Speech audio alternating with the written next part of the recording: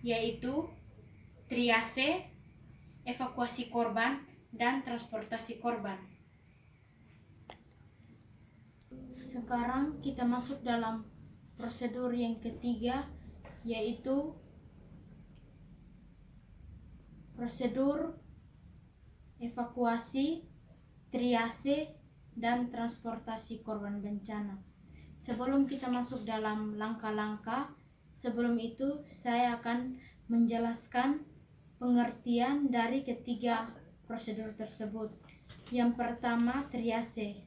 Triase adalah proses memindahkan pasien yang datang ke instalasi gawat darurat atau IGD dengan cepat untuk menentukan pasien yang perlu diobati segera dan pasien yang menunggu. Klasifikasi berdasarkan tingkat prioritas. Yang pertama, warna merah.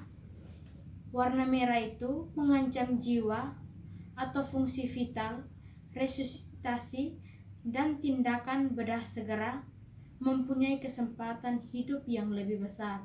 Sedangkan yang kedua, warna kuning, potensial mengancam jiwa atau fungsi vital bila tidak segera ditangani dalam jangka waktu yang singkat. Yang ketiga, warna hijau, perlu penanganan seperti pelayanan biasa, tidak perlu segera penanganan, dan pemenahan bersifat terakhir. Contohnya seperti luka-luka ringan. Yang keempat, warna hitam. Warna hitam, kemungkinan korban untuk hidup sangat kecil karena lukanya sangat parah. Contohnya seperti henti jantung krisis dan trauma kepala kritis. Prosedur yang kedua yaitu transportasi. Pengertian transportasi korban bencana adalah sarana yang digunakan untuk mengangkut korban dari lokasi bencana ke sarana kesehatan yang memadai. Tujuan dari transportasi sendiri untuk memindai penderita bencana aman tanpa memperberat keadaan penderita ke sarana kesehatan yang memadai. Yang ketiga, evakuasi. Evakuasi adalah proses pencarian dan pemindahan korban, baik yang selamat maupun yang meninggal dunia. Tujuan dari evakuasi yang pertama, untuk menyelamatkan diri atau korban. Tujuan dari evakuasi yang pertama untuk menyelamatkan diri atau korban ke tempat yang aman. Yang kedua, untuk mencegah bertambahnya korban bencana alam dan peperangan. Yang ketiga, untuk mempertemukan korban bencana dengan keluarganya yang sempat terpisah akibat kejadian. Yang keempat, untuk mengetahui jumlah korban-korban yang terkena bencana agar dapat didata dan diproses lebih lanjut. Sekian, selamat menyaksikan.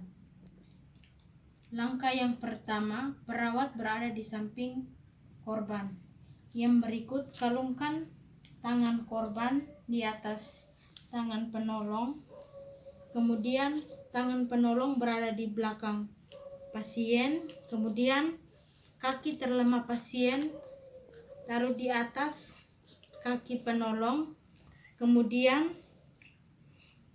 langkah pelan menuju ke tempat ternyaman.